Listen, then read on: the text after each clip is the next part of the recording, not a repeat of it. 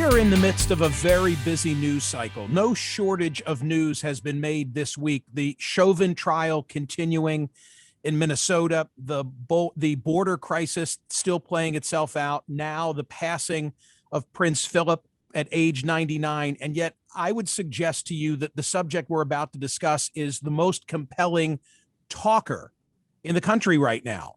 Frank Luntz is the well-known Republican wordsmith. He's the pollster. He's the communications advisor for so many in the Republican Party. If you follow Frank on Twitter, as I do, his Twitter bio says this: "I'll show you what Americans really think with data, facts, and the occasional meme."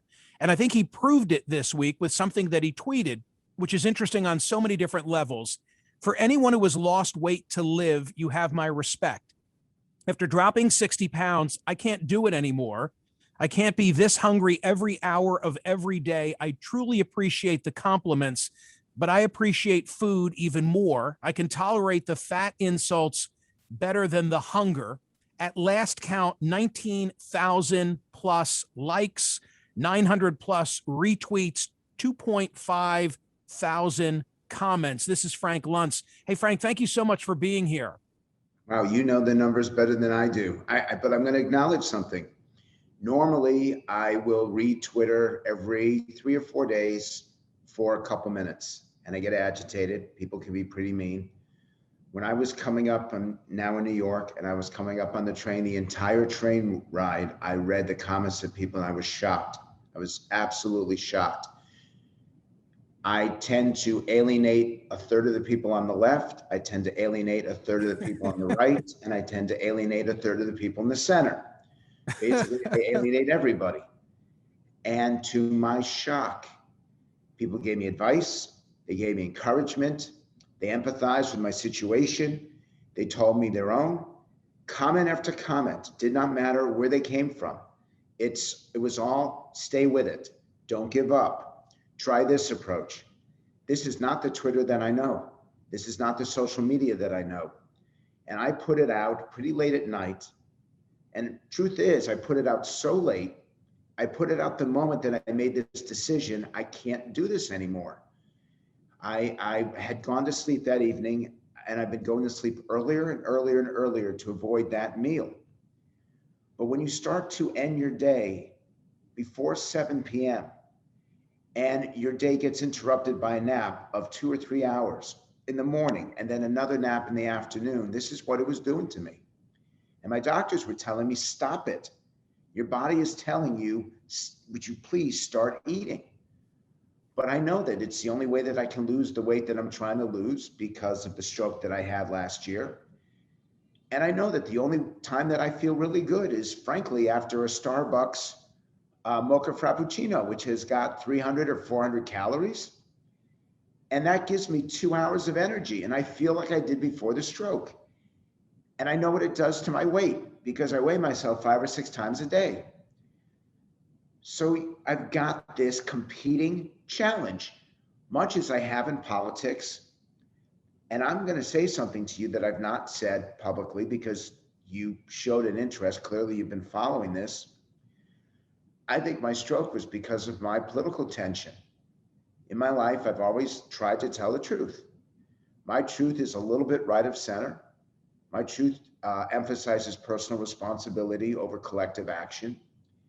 It emphasizes freedom over equality. That's my truth. I recognize it's not everyone's. And the more that I was watching what was going on in Washington, the angrier I was getting. And I did not have the guts to stand up and say, you know what, this president's a pretty bad guy. So I challenged him a little bit, but not enough. And finally, my head exploded, literally. And my weight was exploding. And I think it's all tied up in our ability to live our lives the way we believe it should be lived, to stand up for principles, to hear other people, to acknowledge when we're wrong, which I've been doing a lot of over the last 4 or 5 years, and not to be afraid of Sean Hannity coming at me for being disloyal or coming at me for a lack of courage, and standing up if I get beat up on MSNBC. It doesn't matter. What matters is the truth. the pursuit of the truth, acknowledging when you don't get it right, and always trying to do better. And one last thing, the thing that has kept me going, the thing that broke me up the day after I ended up in the hospital, I was in the hospital for 5 nights or 6 nights in New Hampshire with my students from NYU Abu Dhabi. Right there, they saw this happen. And they have to sit in New Hampshire and wait for their professor to get released from the hospital because my blood pressure was over 200. And another stroke is imminent. And what kept me going was them, because I can teach them how not to do what I did. I can teach them how not to make the same mistakes. I can teach them to teach others. And not just the teaching, it's the learning, it's the impact. It's not the effort, it's the impact. And that's even now, even today, even in this conversation, they and my students at USC and my students at Semester at Sea, they matter to me more than anything else, more than any politics that I do, more than any tweet that I do. And I decided to lose the weight because I wanted to be around to teach them. But it is so damn hard. There's a lot there to unpack. Here's what I'm taking away. You have regret at not having been more outspoken in opposition to things that you saw then President Trump doing, in part because of the fear that you had from condemnation that would surely have come from media mouthpieces, in particular on the right, had you done so. And it wasn't that brought fear. on. Let me just jump in. It wasn't fear, because I knew what was going to happen. It was not wanting to have to go through this. I have a lot of friends. I've got a social system that most of my friends outside of politics are liberal, are Democrats, progressive. Probably 80% of the people that I hang out with outside of politics don't agree with my politics, and it doesn't matter. There were 51 people. I'm going to say something that blew me away, and I'm so proud of it. I still identify myself by how I was in high school. I still see myself as a jerk, as unlikable, as someone who would debate all the time. I was pretty smart, and just a jerk, a schmuck. And I used to debate anyone at any time, and I just caused so much conflict because I knew that I could debate. I knew I could hold my own. And I don't like that me. And the thing is, I grew out of that me. That is not the me that is today.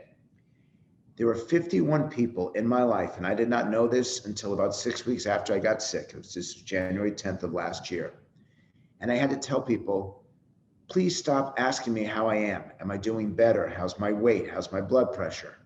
I'm going to be okay. I don't want to be reminded of this. I need to look forward, not look backward. And I sent out an email initially to 21 people, because these are the people that I counted that had been in my life 3 times a week or more. My inbox was filled with people. Then I realized I left off some of my friends from my graduating class at Penn, and we're still friends after 35 years. And I had to email 14 of them saying, please stop, I'm okay. And then I realized I still didn't get to everybody, because there are students who I've taught who have stayed as part of my life now for 20, 25, even 30 years now, including Jeff Pollack, who I know you know. And 51 people were in my life 3 times a week or more. Who can say that? I have built up the most incredible group of friends and compadres and people who want to be around me, and I want to be around them. 51 people. And I remember that when I was in high school, I had a tough time finding 5 people. And I asked my friends this: how many real friends do you have who months later would still be part of your life at least every other day? And I treated them horribly. I used to do my business work before my friendships. I used to return a client call before I would return a friend call. I was such an idiot. And they wanted to be part of my life, and I did not invite them. And that is the only positive that I can tell. 2 things. One positive about having a stroke: you realize who your friends are and you start to appreciate them. The other positive about a stroke, it doesn't matter. If you rip into me right now because I talk too much, I'm okay with that because I didn't die.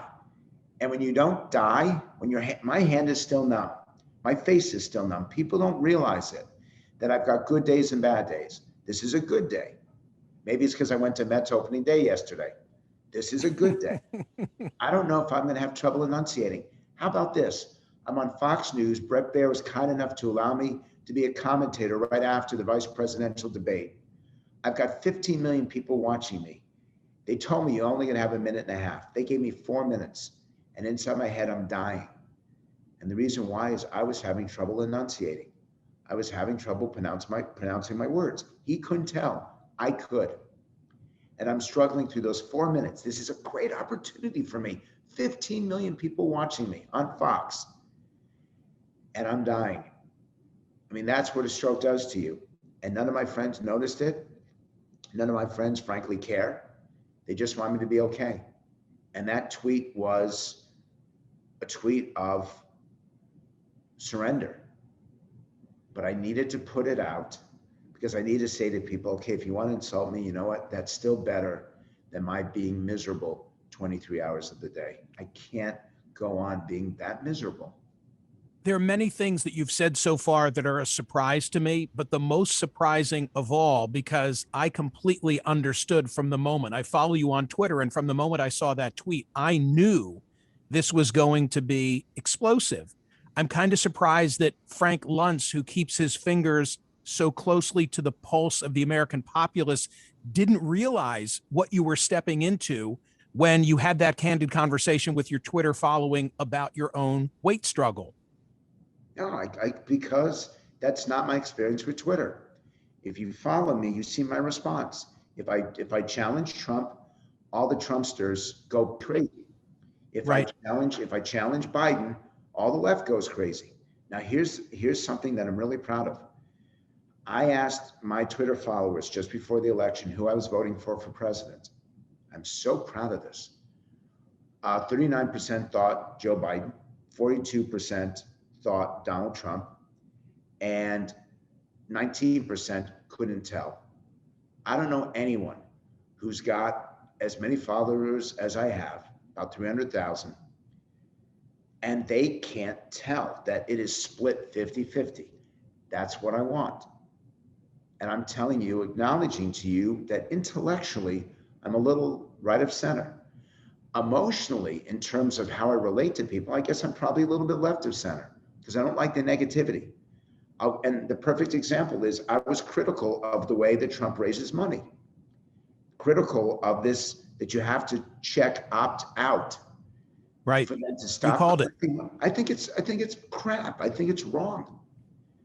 And I got a phone call from Kevin McCarthy saying everyone does it. So that tells me that Kevin McCarthy watches my Twitter or reads my Twitter. And I said to him, you don't want to tell me that because I'm going to criticize you next. This is wrong. And Kevin's a friend of mine.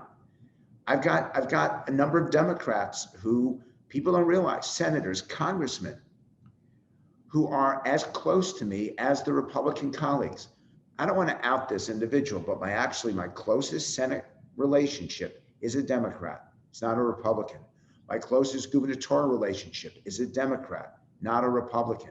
These are people who I go to when I'm hurting. And do we talk politics? Absolutely. Do I give them debate advice? Yeah, I do, because they're good people. And I have now come to realize that the character of someone is just as important as their ideology.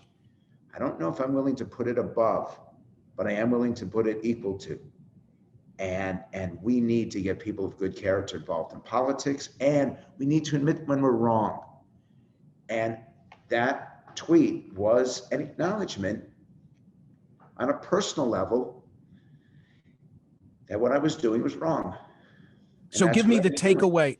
Give me the takeaway as it relates directly to weight. Quote, I can tolerate the fat insults better than the hunger. Then came the 2.5K comments, the 900 retweets, the 19,000 likes. Was there any wisdom in that reaction that Frank Luntz said, that makes sense to me and I will follow it? trying to make me emotional, and it works. I know this. I do what you do. I interview people all the time. I did last night. I did a focus group till 11 p.m. on immigration. I've got a focus group of teachers coming up on Saturday. I know when people get emotional. My single greatest takeaway is that we're not such bad people. I've been really down on this country. I've been down last night after reading the tweets.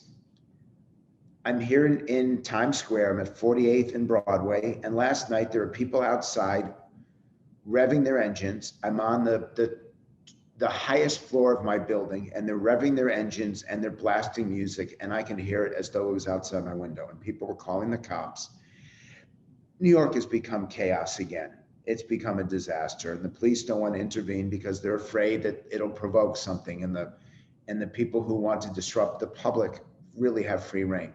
This place, it's not the Warriors, but it's lost its luster.